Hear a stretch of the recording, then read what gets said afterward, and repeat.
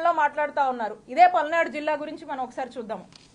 ఇదే పల్నాడు జిల్లాలో మనం చూసినట్టయితే జగన్మోహన్ రెడ్డి గారి హయాంలో అంటే 2023 నుంచి 24 ఆర్థిక సంవత్సరానికి 2,80,181 మందికి రైతు భరోసా కింద వీళ్ళందరికీ కూడా నగదు జమ చేయడం జరిగింది.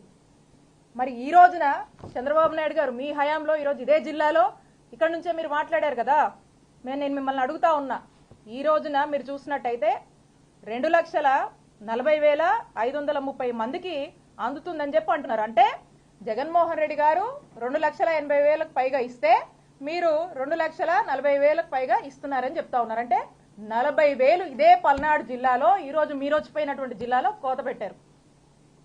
అంటే ఒక్కసారి ఈ మీడియా ద్వారా ప్రజలందరికీ కూడా చెప్తా ఉన్నా, ముఖ్యంగా రైతులకు చెప్తా ఉన్నాము, ఒక్కసారి ఆలోచించండి. ప్రతి రైతన్న ఆలోచించాలి. ఒక జిల్లాలో 40,000కు తగ్గినాయి అంటే ఈరోజు రాష్ట్రంలో ఉన్నటువంటి 28 జిల్లాలో 40,000 చొప్పున సగటును తీసుకుంటే ఎన్ని లక్షలు తగ్గుంటే ఒకసారి ఆలోచన చేయండి.